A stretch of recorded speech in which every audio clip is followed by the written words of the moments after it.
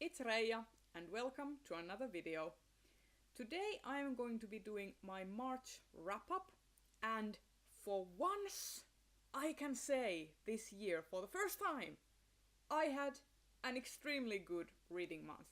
I read 7 books, and that's not counting all the graphic novels I read, which I will, as per usual, do a separate wrap-up for. But without further ado, let's get started with wrapping up these babies.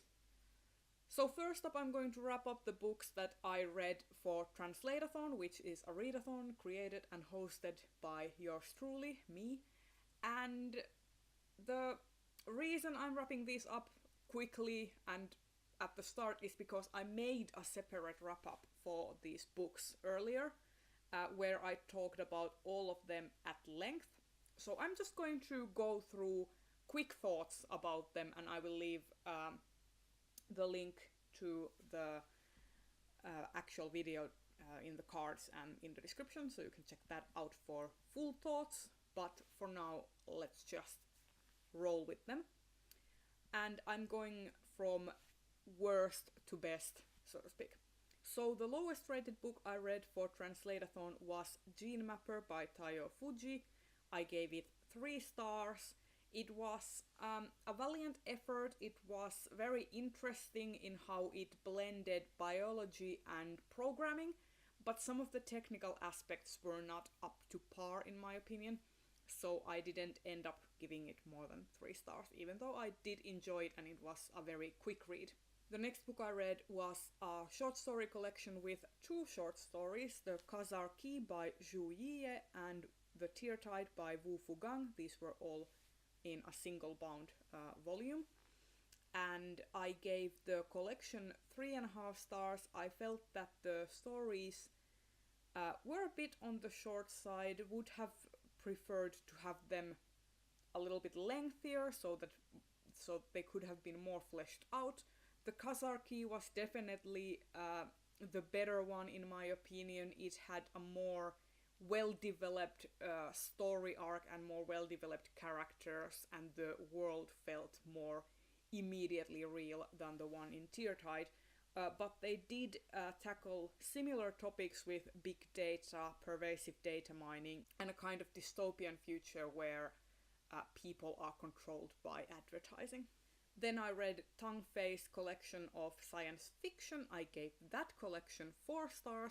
It was very dreamlike, and even though each of the stories were translated by different translators, they still managed to convey that similar ethereal dreamlike quality that I've come to expect as Tongueface's signature style.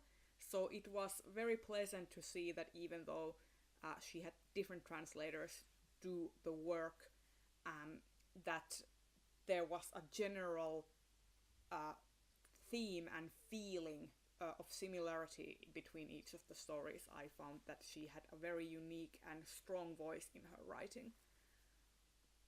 So yeah, 4 stars for that one. And finally, I read The Color Purple by Alice Walker. I also gave this book 4 stars. And I loved it. It was very violent and depressing the way it starts. It leaves you raw and it leaves you wanting justice for Seely and for Nettie. It feels you hating all the men in the story because they are just despicable human beings. It's just disgusting what they do to these women. And also the way the book tackles race relations and colonialism. I really like that book, and it is very hopeful. It starts with this really awful act of violence and then builds you up from that. It leaves you devastated and then kind of brings you up to the surface again, and gives you hope and gives you a positive ending that lets you believe that good things can happen. So really enjoyed that. 4 stars. And the only reason I'm actually giving it 4 stars and not 5 stars is because I had some issues with the Finnish translation. I'm not sure if I would actually enjoy the original language text a bit better. I will have to see if I will read the original in the future. And those were all the books I read for Translateathon. Now let's jump to the 3 books that I read outside of that. First one of them was Sleeping Giants by Sylvain Neuvel, and I liked it okay. I gave it 3 stars. It's told in interviews, these log files, and it's about giant robots and humanity finding out that they are not alone in the universe and kind of taking control of this robot that they found in the earth. And what can I say about it? I read it in like 2 days. It was very fast. I wanted to know what happened next. It was relentlessly entertaining to me. I really liked how fast-paced it was, and everything was happening super quick. But the reason I didn't rate it higher was that it wasn't character-driven enough for me. I mean, the characters felt more like they were vehicles for the plot, and less like actual people.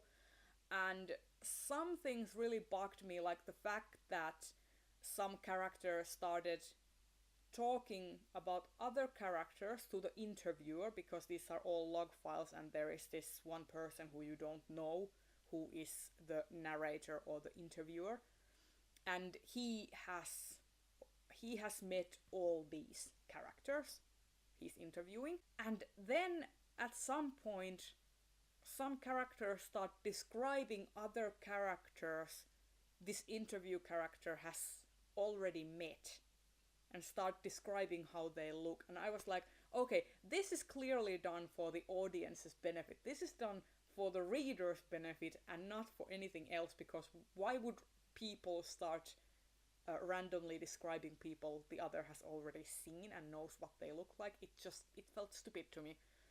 So little things like that I think were just ridiculous.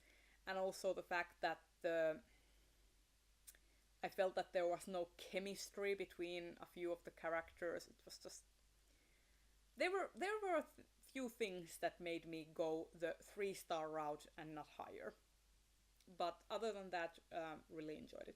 And then I read The Trials of Morrigan Crowe by Jessica Townsend, and I loved it. I gave it 4 stars. It was really good. It was such a feel-good, fluffy read that I think I would have loved so much if this had come out when I was a child. It has been compared to Harry Potter. I can see where people would draw that comparison, because it is about an underdog character living with an abusive family, getting a new hope, new lease from life, by being whisked away into a magical society and stuff, and that's where it starts. Morrigan Crowe is a young 11-year-old child who is what they call a cursed child. Her father has to pay reparations to society for all the trouble Morrigan causes because she is cursed, and basically people blame bad weather and missed job opportunities and everything on her, and then her father needs to pay the piper, so to speak. And that's why she's been estranged from her family, because nobody likes a kid who you have to pay up the ass for, so to speak. And Morrigan has also always known that she's going to die on her 11th birthday. But then, as her death is nearing, she gets whisked away into Nevermore by a charming man called Jupiter North. And the story goes from there. Jupiter wants her to essentially become a part of a wondrous society, and she has to go through these trials, hence Trials of Morrigan Crowe. And that's the gist of it. And I really liked it. It was so good. I especially liked the character of Morrigan. She was so... she was so sassy and smart and down to earth, but at the same time she was also needy and vulnerable and didn't quite believe that people would even like her or love her. She suffers from terrible imposter syndrome basically, and I just loved her. There are also other characters. Jupiter is fun as hell, and I also liked Fenestra, the Magnificat, best character ever. Really love them. There were a few side characters, like for example the best friend character, whose name I actually can't even remember right now, that left me a bit wanting. I would have liked some more development, some more personality from the best friend characters. I did feel that the one rival that's kind of a semi-antagonist in the book was fleshed out really well, and I will definitely be picking up the second volume because I loved it. So 4 stars. And the final book I read for March was The Song of Achilles by Madeline Miller. This was the BookTube Discord server pick for March, and I loved it. 4.5 stars. Loved every minute of it. The reason I'm docking half a star is because the ending felt very rushed out, because the whole book takes its time and is kind of slow paced and very atmospheric, and really kind of takes a leisurely walk through the myths of Greece, and then the end just kind of happens like this. It felt like Madeline Miller ran out of time or something, or ran out of pages, and had to finish the story up real quick. Basically, the moment when a character called Pyrrhus shows up, the story just kind of goes into a breakneck pace and doesn't let up until the last half a chapter or so. So that felt a little bit jarring to me. Otherwise, I really loved it. I loved how Patroclus and Achilles had a really communicative relationship, even when they are at odds, even when they are acting like little shits towards each other and towards others. They are always talking, always communicating, always expressing their feelings to one another, and how the decisions of the other make the other feel. And I love that. I really love that. Yeah, and it was such a beautifully written book too. Like, the prose was so incredibly poetic and vivid and descriptive, but and flowery, but at the same time it really cut to the chase and kind of bluntly gave you information. Like, it didn't feel like Madeline Miller was mincing words here. Every word